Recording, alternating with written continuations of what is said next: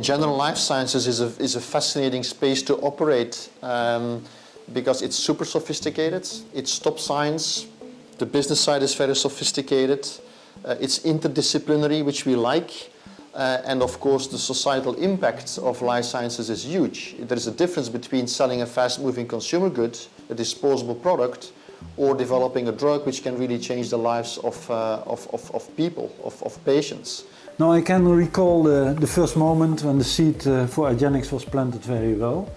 So we were coming together, Tim, as well as Torsten, the other co-founder of the company, and I shared my observations, which I made many years ago, to work on the VHH, or the nanobody fragments derived from llamas, heavy chain only antibodies, and I noticed a very high degree of human homology in the V regions of that VHH. And that is a huge opportunity, because in those days you need to realize that access to fully human antibody technology was very difficult. It was a booming field dominated by a few players only, which were dividing the space amongst themselves.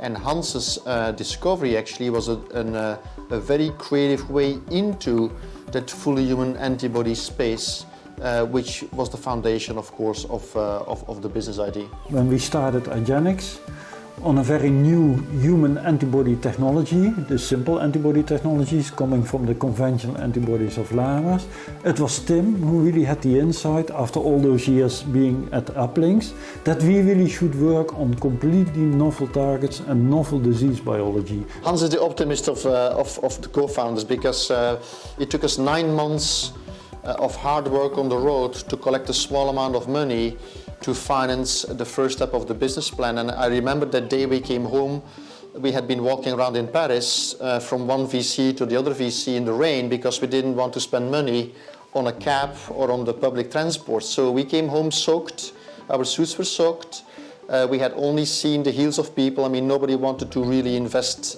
in our company. And I remember my wife asking Hans how the day had gone. And Hans said, well, Tim did a fantastic job, and I think we're almost there.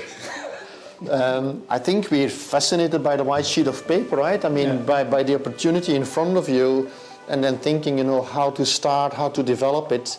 I think it's much more satisfying to build something from scratch, from 0 to 70, 80%, than to take something from 80 to 82%. So we have always been intrigued by such an opportunity. And I guess it all boils down to impact. I think we had the courage to jump because we knew we were a strong team, as Hans said, very complementary to each other.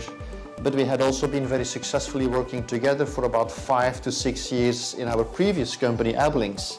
So there was the trust amongst the three of us that we could work together. We knew we could be successful together. Collaboration has always been there from the beginning, right? And the strong conviction that we were dependent for our future also on other people. We are not water walkers. There is not a single star within our team, but together we are very strong, I think. Collective power of a team is beating any individual rock star. So that principle has always been there. Yeah. The story of the Argonauts is the first story which we know in our history as human species, where actually a team of seemingly ordinary people, it's about 50 of them, are achieving the unthinkable, not because they're stars or water walkers, but because they know how to collaborate. And I think that's a very inspiring story, because we believe that the future belongs to the people who know how to collaborate.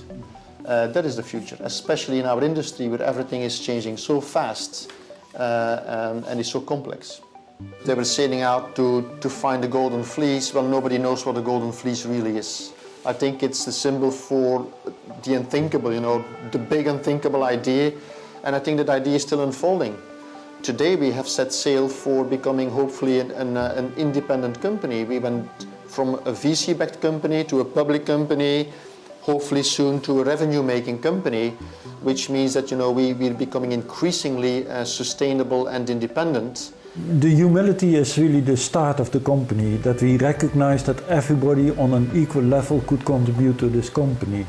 And that is also how we attracted employees as well, also with the belief, like we ourselves, that you really want to learn and that you really want to develop yourself. I remember the day, Hans, where you basically trusted the responsibility of antibody discovery and engineering to people like Christoph in order to grow with the company and with the products into clinical development and then learn about disease biology, clinical trials, endpoints, etc. And I think that is one of the driving factors behind the company, the ability to develop together with the company. And that's also one of the values we always talk about when we talk about empowering people. It's about giving people the opportunity to develop, to grow with this company.